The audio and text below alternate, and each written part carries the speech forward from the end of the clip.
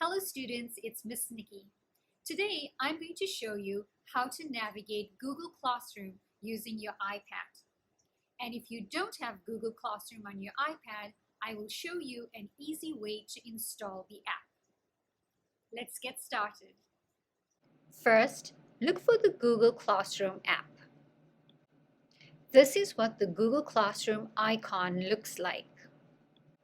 If you cannot find the icon, that means it has not been installed yet.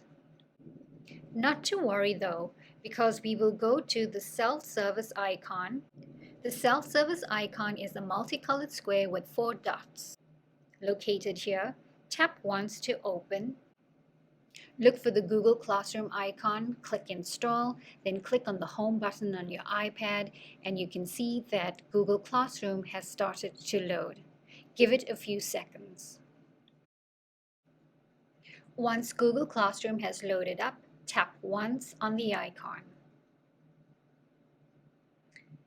Your screen will look like this. Click on the Get Started button. Next, you will get a Sign In pop-up window. Click inside the email box and your on-screen keyboard will pop up. Type in your BHS Connect email and password. Your email is your last name, then first initial of your name at bhs.org. Make sure you have the correct spelling.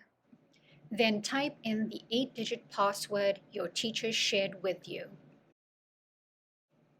Once you are in, you will see a list of classes you are enrolled in. Now let's take a look at the user interface in Google Classroom. Let's start with the menu lines. We are going to click on the menu lines on the top left corner of your screen. In this menu, you will see the following options. Classes will take you to the Classroom homepage where you can see all the classes you've joined.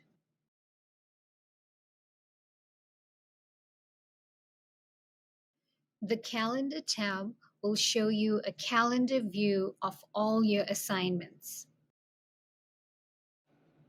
To go back to the main menu, click on the back button located on the top left-hand corner of your screen. It's a really tiny little black box. Do you see it? Okay, good. Tap on it once and it'll take you back to the main menu. Another helpful tab on the main menu is the To-Do tab. It is an easy way to look at all the assignments you have that you need to complete. I am going to click on the 3rd grade specialist page to show you what that looks like. This is what your main view or stream view of your Google Classroom looks like. The stream is where you can view all the notifications, announcements, assignments, comments, and discussion topics. If enabled by your teacher, you can also add posts or leave comments. Use the Share Something with Your Class box to share something with the entire class. Just click inside the box and start typing. Your comments will be seen by all teachers and students in the class, so make sure it is appropriate before you post. Next, I'm going to tap once on the Classwork tab located at the bottom of the page. This is where you will be spending most of your time. You will see a list of all your specialist classes. Let's take a look at STEAM. Once you are in the STEAM classroom, you will see 2 tabs on the top of your screen. One says Instructions and the other Student Work. We are currently in the Student Work page. Tap once on the Instructions tab and read the instructions posted for you by your STEAM teachers. You can also add a class comment under your teacher's instructions, or you can ask a question if you have one. When you are done typing your comment or question, click on the blue arrow to post. All attachments and links your teacher posts for you is clickable.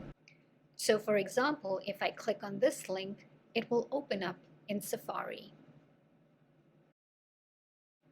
And it is a welcome slideshow introducing you to all your STEAM teachers for this school year. When you are ready, click on the Done button on the top left and it'll take you back to Google Classroom. And that's it for Google Classroom for now. Log in every afternoon to complete your assignment. You will see a new assignment for each of your specials every week.